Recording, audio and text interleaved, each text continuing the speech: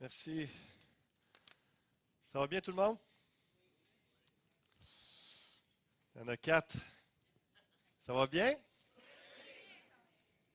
Content de vous voir ce matin. Je continue cette série de messages sur le jeûne, la prière. On va entrer dans cette deuxième portion. J'ai commencé la semaine passée, se lancer le défi annuel de commencer l'année avec un 21 jours de jeûne et prière. On est au jour 8. Déjà, le tiers de passé. Ça va vite? Ça va vite. J'étais vraiment encouragé de voir, d'entendre plusieurs personnes me témoigner qu'ils participaient au jeûne encore cette année. Et puis même au niveau des ministères auprès des enfants, auprès des jeunes, ils ont trouvé une façon, que ce soit de jeûner de dessert, de jeûner de collation, des différentes choses comme ça pour mettre des requêtes devant le Seigneur, prendre du temps. À chaque jour dans la présence de Dieu à prier. Puis j'étais vraiment ému, touché, béni de voir tout cet élan, comment ça fait boule de neige que plusieurs embarquent, entrent dans ce jeûne et prière et ça peut juste nous encourager puissamment et fortement de dire on va avoir une belle année en présence de Dieu parce que le peuple de Dieu s'humilie devant le Seigneur en début d'année et dit Seigneur, sans toi, sans ta puissance, sans l'action de ton esprit cette année, ça ne vaut même pas la peine d'œuvrer. Seigneur, on a besoin de toi. Le jeûne, essentiellement, c'est ça. Hier soir, j'ai envoyé un guide de prière tiré de l'Épître aux Colossiens. Donc, il y en a qui veulent dans les 2 prochaines semaines. Donc, jour 8, ça commence aujourd'hui. Donc, du 17 au 30 janvier jusqu'au dernier jour de jeûne, si vous voulez vous aider être inspiré par différentes requêtes de prière que vous pouvez prier pour vous ou pour l'Église. Je vous encourage à vous le procurer à l'arrière, à l'espace bienvenu. Sinon, vous l'avez reçu par courriel. Si vous ne l'avez pas reçu par courriel, que vous aimeriez le recevoir, donnez votre courriel à la fin, à l'espace bienvenu également. Puis, on va vous l'envoyer au cours des prochains jours. Puis, donc, c'est tiré de l'Épître aux Colossiens, chaque passage. Et puis, on prie la parole de Dieu. Et à la fin, il y a aussi des requêtes générales pour l'Église que vous pouvez prier et élever à chaque jour comme Dieu vous guide dans cela. La semaine passée, on a parlé un peu à quoi sert le jeûne et pourquoi Jésus, alors qu'il a été baptisé, l'Esprit est venu sur lui, il a été rempli du Saint-Esprit, il est conduit dans le désert. Vous vous rappelez ce texte, conduit dans le désert pour être tenté, éprouvé par le diable. Et le jeûne sert à faire mourir notre suffisance, notre indépendance de Dieu, notre orgueil, notre égocentrisme, la priorité au plaisir, aux sensations. Vous savez, dans la société du 21e siècle, postmoderne dans laquelle nous sommes, il y a beaucoup d'emphase de mise sur le divertissement, le loisir, les activités. Il faut occuper notre temps, il faut avoir du bon temps. Des petites soirées d'agrément, ça prend ça. Mais des fois, ça devient, c'est pas que c'est mal tout ça, mais il y a une priorité à ça, ça prend trop de place. On perd trop de temps, on remplit nos pensées et nos bouches de niaiseries, de choses inutiles. Le jeûne, la prière nous aide à recentrer un peu tout ça, à revenir aux priorités et pour vivre pleinement la vie de Dieu par sa puissance, selon sa volonté, et goûter à ses plaisirs, ses sensations. Parce que par le Saint-Esprit, il y a réellement une œuvre que Dieu fait dans nos cœurs, dans nos corps, et de voir Dieu agir par nous, moi, ça m'apporte toutes sortes de sensations. C'est bénissant de voir Dieu agir surnaturellement au travers de nos vies. Amen. Je voulais vous apporter aussi pourquoi jeûner 21 jours? Pourquoi jeûner 21 jours? Jésus a jeûné à l'eau pendant 40 jours. Le prophète Daniel, dans Daniel chapitre 10, on voit qu'il a jeûné partiellement pendant 21 jours. Et premièrement, 21 jours, souvent, c'est plus accessible qu'un 40 jours. Un jour, peut-être que Dieu nous conduira à vous conduire l'Église dans un 40 jours. Mais pourquoi 21 jours? Il y a cette réalité pour créer de bonnes habitudes de vie chrétienne, comme la prière fervente quotidienne. Juste la bonne habitude de croire, d'être dans un minding de faith, de croire de foi qu'il est possible. Le jeûne, la prière chaque jour, de se placer devant le Seigneur, nous augmente et active notre foi et ça nous amène à avoir une habitude, une façon de penser positive de dire Dieu va le faire. Dieu est vrai, Dieu est puissant. Et cette dépendance-là. Parce que 21 jours, 3 semaines, c'est suffisant pour briser des mauvaises habitudes et créer de nouvelles et vraiment instaurer un rythme de vie qui vous aide à avoir une vie plus saine. Fréquenter l'Église, une saine alimentation. Donc, c'est des bonnes habitudes que vous pouvez avoir avec le jeûne, la prière, parce qu'il y a toutes sortes d'occasions d'être plus souvent à l'Église et de faire du ménage un peu dans notre alimentation. Également, pour vivre une percée spirituelle, une délivrance, une victoire, une réponse à nos prières. Dans le chapitre 10 de Daniel, entre autres, justement, dans son jeûne et prière de 21 jours, on voit que finalement, l'ange Michael, au bout du 21e jour, remporte le combat spirituel et la réponse que Daniel attendait. Toutes les prières qu'il avait élevées étaient bloquées parce qu'il y avait un combat spirituel. Et dans certaines circonstances, on frappe un mur dans notre vie parce qu'il y a un combat spirituel et le jeûne, la prière permet une percée. Donc, c'est une des raisons pourquoi un 21 jours de jeûne et prière, et aussi pour raviver notre foi et être équipé pour 2016. Et quand je parle d'être équipé par le jeûne et la prière pour 2016, je parle de full equip. Je parle d'être full equip, d'être pleinement équipé dans le sens où, alors qu'on prend du temps mis à part dans la présence de Dieu en train de prier, on peut avoir également des révélations de la parole de Dieu, des révélations de qui le Seigneur est, qui vont nous fortifier, nous équiper pour l'année à venir. Le Saint-Esprit nous guide également vers des bonnes personnes pour faire équipe dans un projet, un ministère que Dieu nous met à cœur. Il va nous conduire vers une formation ou un cours qui va nous équiper aussi pour ce qui s'attend de nous, ce qu'il a préparé pour 2016. Donc, c'est un peu tout ça. Hein. Il y a une direction du Saint-Esprit qui vient. Il y a ces moments de révélation dans la présence de Dieu, dans le jeûne et la prière. Et c'est pourquoi je parle que dans ce jeûne-là, comme Jésus, dans son 40 jours, a été équipé de la puissance du Saint-Esprit pour aller faire le ministère. Et on va voir le texte dans quelques minutes qui suit le jeûne et prière de Jésus-Christ. Et juste avant, je vais faire un petit peu d'histoire avec vous ce matin, peut-être un 5 minutes, sur les traductions de la Bible seconde, parce que je me suis fait un peu avoir, c'est quelque chose que je fais rarement, de tarder d'aller voir un mot dans le grec, et là, je ne l'ai pas fait, et je me suis fait avoir parce que dans la version Louis II, une certaine version à telle année, il parle de Jésus revêtu de la puissance de l'Esprit. Et c'est d'où j'ai été inspiré pour mettre mon titre. Je m'en vais voir dans le grec qu'est-ce que voulait dire revêtu. Il n'est même pas là le mot dans le grec. C'est-à-dire que le mot qui est là, ce n'est pas le mot revêtu, ce n'est pas le verbe. Et donc, je voulais juste vous faire un petit historique et vous allez comprendre que ce n'est pas si grave que ça, mais combien c'est important lorsqu'on s'arrête sur des mots. Et ça m'a rappelé encore, ça m'a un peu choqué cette semaine, mais au moins c'était un détail. Mais quand même, des fois, lorsqu'on s'arrête sur des choses, et qu'on ne va pas voir dans d'autres versions bibliques, on s'arrête sur un mot, quelque chose, et puis on commence à réfléchir sur ça, et ça nous amène vers des fausses pistes, parce qu'en réalité, dans le grec, ce n'est pas ça que ça dit. Donc, c'est un mot qui a été traduit en français, mais que dans notre langage québécois, pour nous, ça veut dire ça, mais alors, à l'époque, ce n'était pas ça que ça voulait dire, ou lorsque ça a été traduit en 1910 ou tout ça. Donc, c'est important d'aller voir différentes versions et si vous avez des outils informatiques aussi, d'aller voir dans le grec. Je prends quelques minutes parce que qui par exemple, ici, lit une Bible Louis II, une version Louis II? Juste levez la main. On voit que c'est une majorité un peu partout dans le monde et c'est une bonne traduction en passant. C'est une traduction, une des plus littérales, plus directes par rapport au texte grec ou hébreu pour l'Ancien Testament.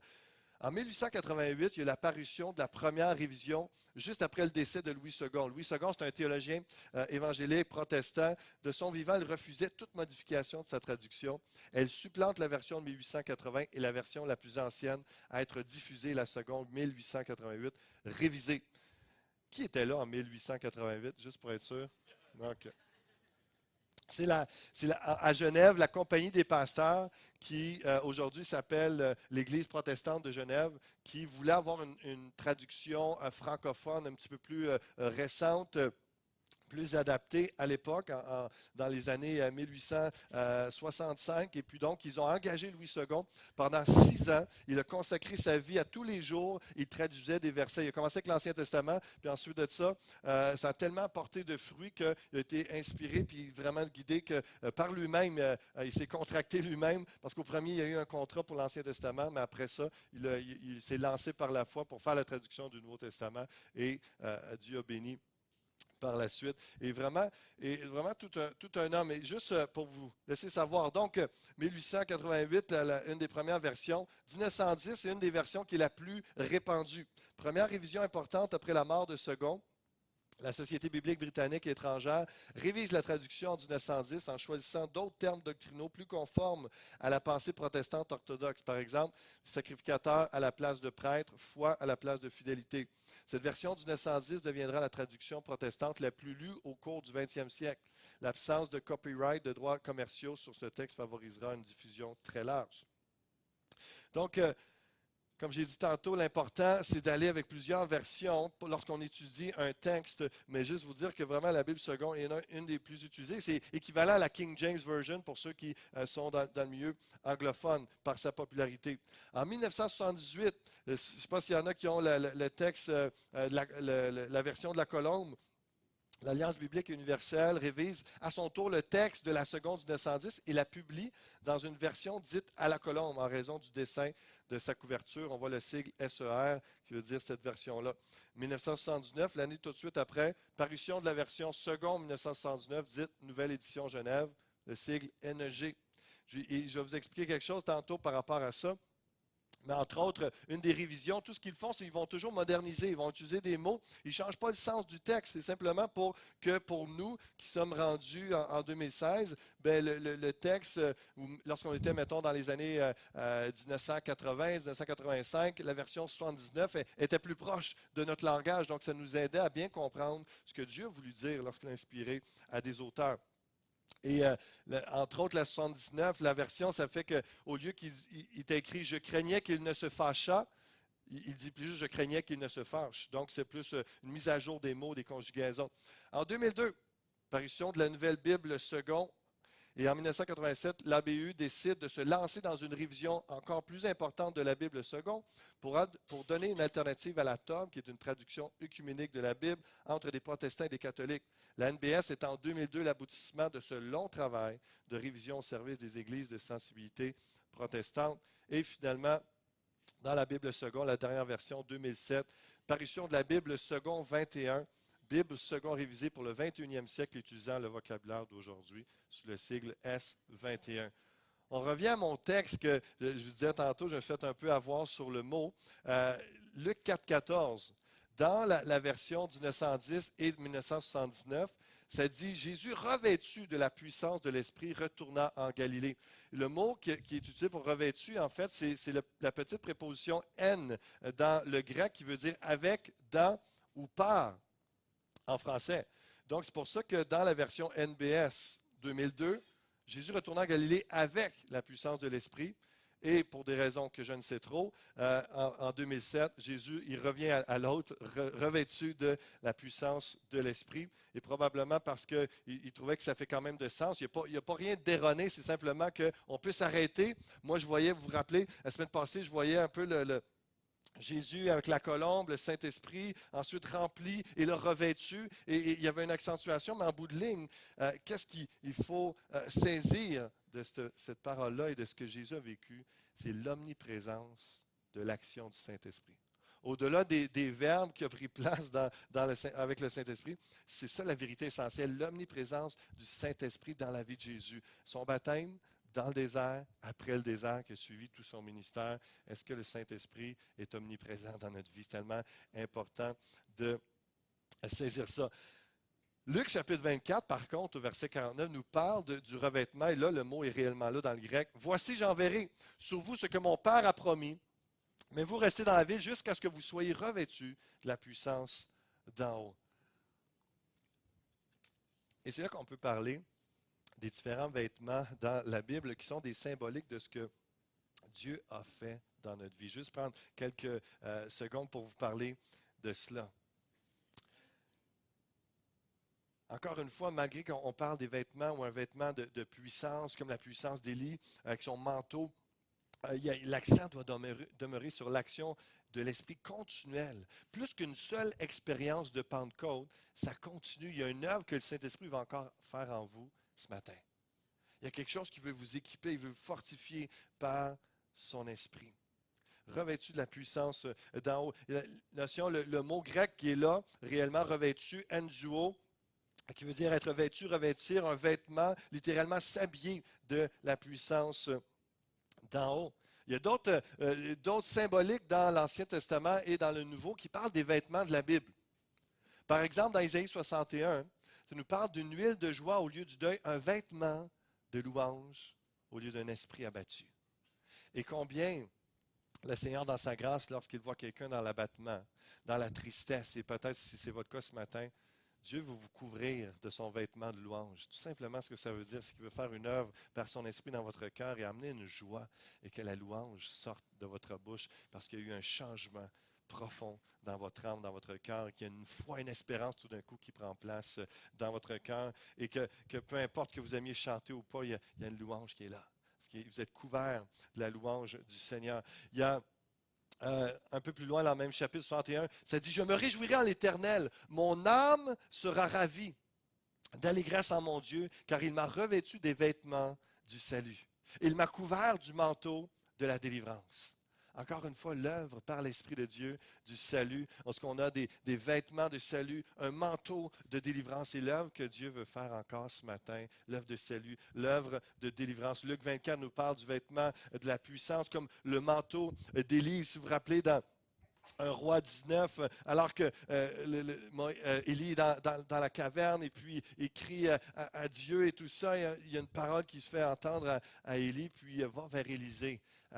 Il va être ton successeur. Et puis il prend son manteau, il va vers Élisée, puis il jette son manteau sur Élisée, qui représente, t'es couvert maintenant du manteau prophétique, et c'est toi qui vas prendre ma place en tant que prophète. Et il y avait la puissance, et il a pris ce manteau, il a fait les mêmes actes qu'Élie, et puis en frappant le fleuve avec le manteau, ça s'est ouvert comme Élie avait fait, il y avait une puissance qui était là. Et c'est une symbolique, encore une fois, il n'y a rien de mystique dans un vêtement, dans un linge, mais c'est lorsque le Saint-Esprit agit, il y a une couverture, un vêtement qui est là, il se manifeste.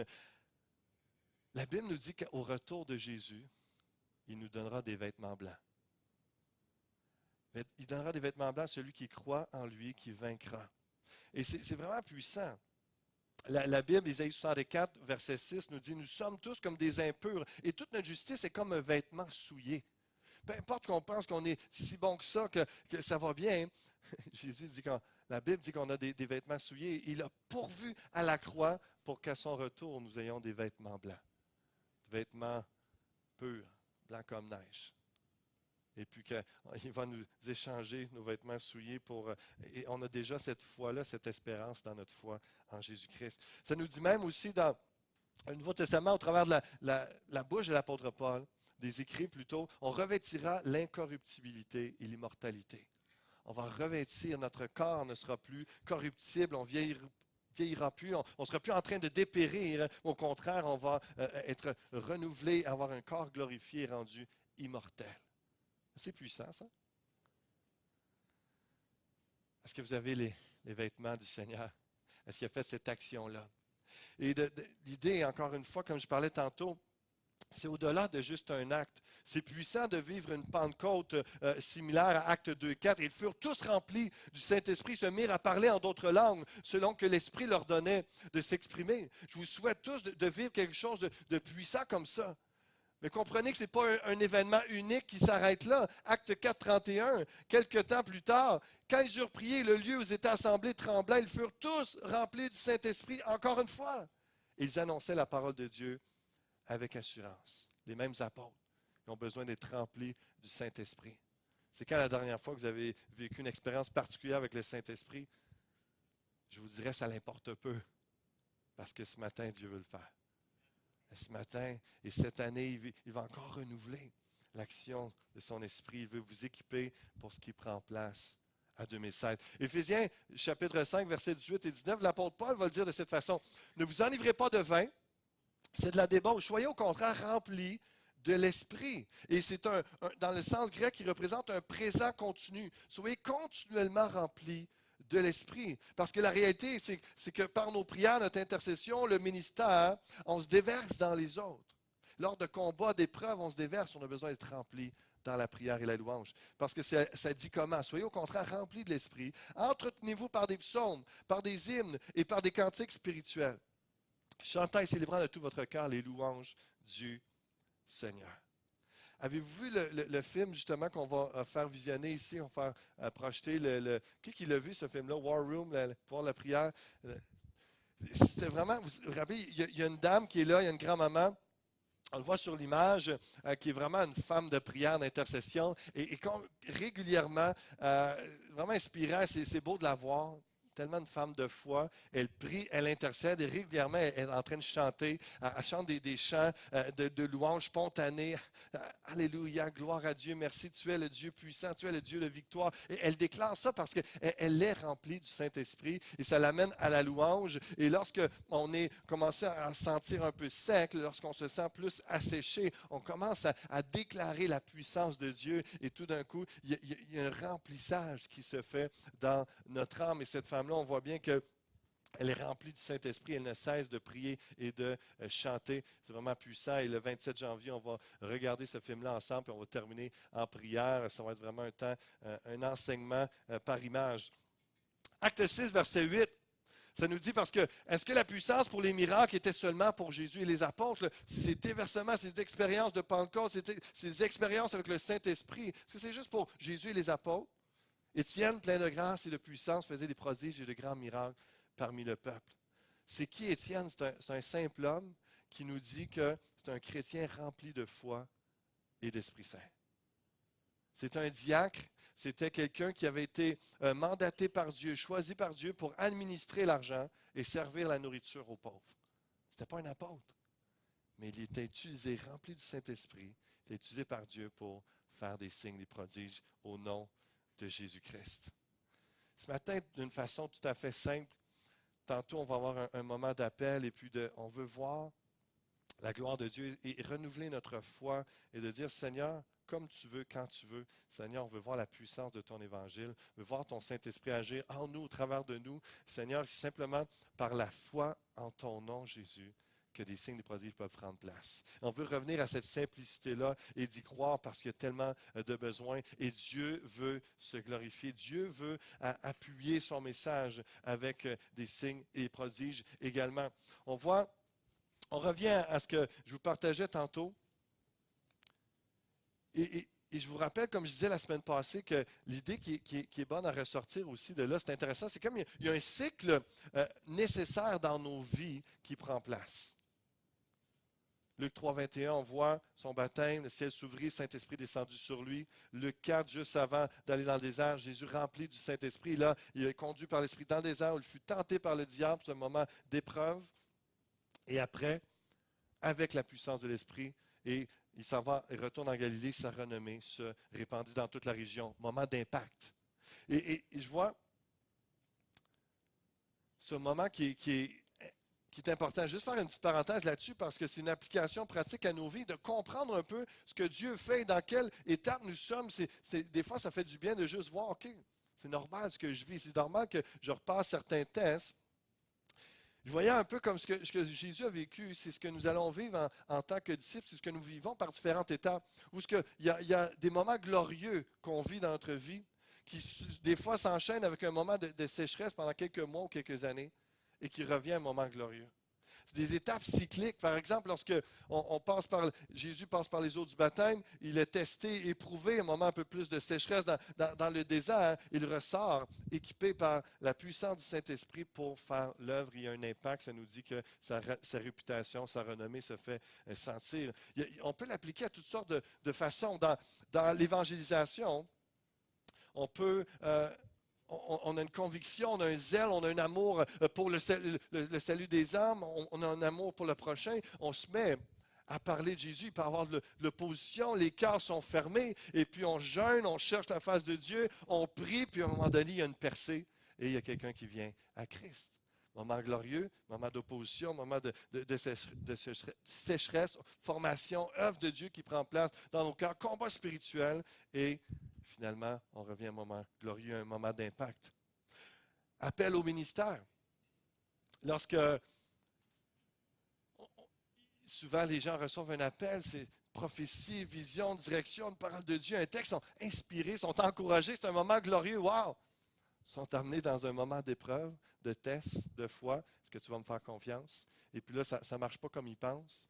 Il faut qu'ils fassent confiance à Dieu, alors que de leurs yeux, ce n'est pas du tout comment ils pensaient que ça se passerait. Et puis, finalement, en passant par ce temps de jeûne, de recherche de Dieu, de confiance, de dépendance à Dieu, testés de tous côtés, sortent, portent du fruit, ont un mystère d'impact.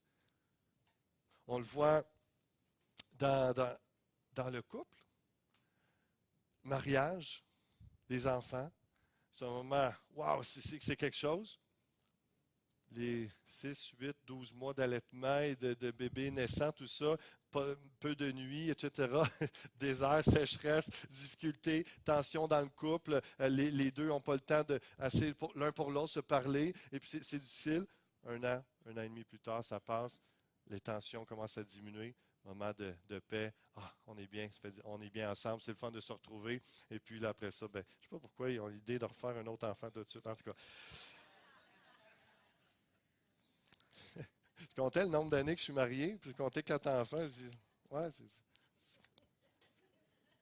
pour ça que ça commence à aller bien. Là. Mais c'est juste une réalité. Nos corps sont impliqués là-dedans, nos émotions sont impliquées là-dedans. Il y a un combat spirituel à certains moments, que ce soit le travail.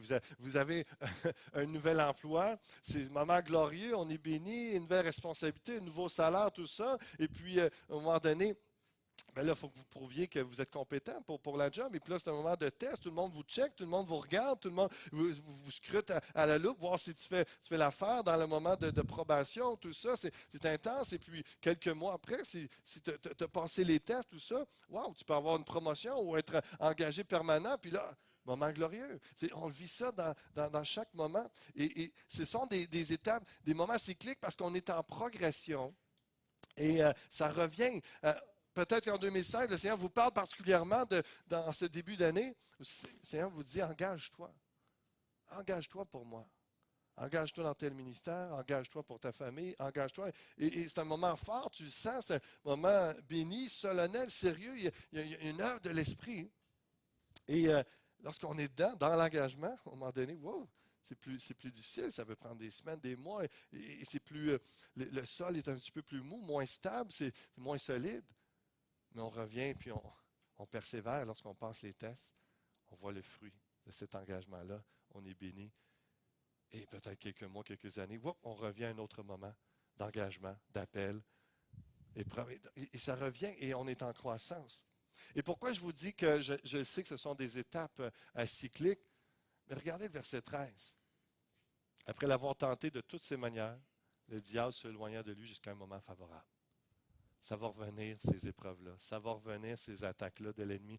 Il va essayer de voir les mêmes épreuves, les mêmes par rapport à la mort à soi, de vraiment suivre le Seigneur et l'obéissance. On va s'engager. Les mêmes tests-là, voir ce que Dieu est premier. Ça revient. Est-ce que pour nous emmener dans une autre étape, le Seigneur veut dans ces moments d'épreuve-là, de tests, de tentation, veut nous équiper pour ce qu'il y aura de nouveau cette année. Et on progresse dans la vie comme ça. Et dans ce moment de recherche de Dieu, de jeûne et prière, de désert, Matthieu 17, 21 nous dit, cette sorte de démon ne sort que par la prière et par le jeûne. Et lorsqu'on sort d'un temps de jeûne et prière, il y a une autorité qui est plus grande, il y a une puissance de l'Esprit en nous qui est plus grande, et il y a une autorité dans nos prières, dans notre louange, notre intercession, et ça fait une différence dans nos vies. Donc, c'est vraiment des moments qu'il faut chérir et comprendre qu'est-ce que Dieu est en train de faire dans notre vie. Vous êtes là ce matin, ça va? Dernière portion que je vais vous amener avant qu'on prenne un temps de prière ensemble. Luc, chapitre 4, versets 18 et 19. Pourquoi? Pourquoi Dieu nous donne la puissance de son esprit? Pourquoi il a fait ça avec Jésus? Son baptême, le désert. Ensuite de ça, avec la puissance de l'esprit, il s'en va en Galilée, il s'en va à Nazareth, prêcher un peu partout. Et le texte nous dit, C'est une citation d'Ésaïe 61 et c'est intéressant parce que les versets juste avant nous parlent combien déjà, avec la puissance de l'Esprit, il y a une renommée qui prend place et probablement avec ce qu'on sait dans l'Évangile de Matthieu, ce qui est relaté. Il a déjà été dans plusieurs endroits prêcher la parole et il y a tellement de signes de prodiges que d'avance, les gens entendent parler de Jésus et c'est comme sa venue est déjà préparée, elle est entendue, et donc entendue et attendue.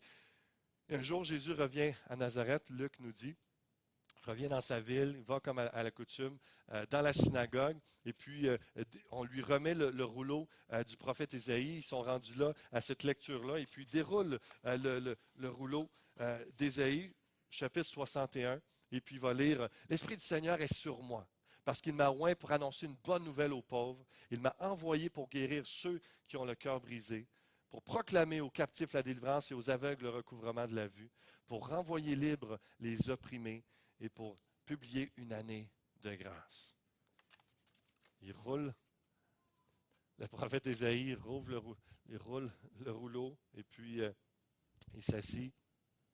Puis ensuite de ça, il se met à dire, cette prophétie-là que je viens de vous lire, elle s'accomplit aujourd'hui, là. Parce qu'il est en train de lire une prophétie à propos de lui-même. Il est en train de dire, voici pourquoi j'ai été rempli de la puissance du Saint-Esprit. Pour annoncer une bonne nouvelle. Et voici pourquoi Dieu veut vous remplir de sa puissance. Il veut vous équiper de la puissance de son esprit. Il veut vous oindre. Il y a une onction qui représente l'action du Saint-Esprit pour annoncer une bonne nouvelle aux pauvres.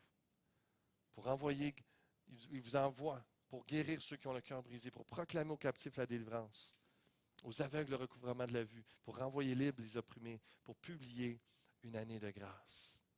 Emmenez les gens dans la grâce du pardon, de la miséricorde, de l'amour de Dieu. Il va vous équiper pour que vous ayez cette assurance-là de proclamer ces choses-là. On voit tout de suite après, dans les prochains versets, il se met à enseigner. Les gens voient, wow, il me semble qu'il enseigne avec une autorité différente des autres enseignants. Il n'est pas pareil, parce qu'il y a la puissance de l'Esprit. Ça frappe les cœurs, ça touche les cœurs. Il y a quelque chose, parce que la puissance de l'Esprit est là pour faire une œuvre dans les cœurs pendant qu'il parle. On voit dans Luc chapitre 4, verset 35. Il est dans la synagogue et il y a un homme qui a un esprit impur et puis qui crie, « Qui es-tu? Qui as-tu entre nous, fils de David? » Et puis, « Fils de Dieu » et tout ça. Et Jésus le regarde, le menace en disant, « Tais-toi et sors de cet homme. » Et le démon le jeta au milieu de l'assemblée et sortit de lui sans lui faire aucun mal. La puissance du Saint-Esprit, il accomplit sa mission de délivrer des gens. Comprenez que même en 2016, même dans notre société sophistiquée, il y a des gens qui sont tourmentés. Il y a des gens qui vont venir ici. Il y a des gens que vous allez rencontrer au bureau, dans votre milieu de loisirs, peu importe. Et parce que vous êtes chrétien, ils vont être interpellés, ils vont même peut-être soit choqués ou soit que la personne va s'attendre à une délivrance. Il y a quelque chose de spirituel qui va prendre place. Mais comprenez que vous pouvez être équipé pour délivrer cette personne-là. Réellement. Réellement. Oui, moi, je suis personne. Je suis qui? Tu es peut-être juste un Étienne, un chrétien plein de foi et d'Esprit Saint. Juste ça. Qui peut libérer par une parole, une prière, quelqu'un qui est tourmenté. Peut-être tourmenté parce qu'il a fait de l'occultisme, il a ouvert des portes au diable. Peut-être tourmenté par toutes sortes d'angoisses, de stress, d'inquiétude, de pensées de mort suicidaire. Et par vos paroles d'Évangile, par vos prières, par le fait que vous allez menacer le mauvais esprit, cette personne peut réellement être libérée.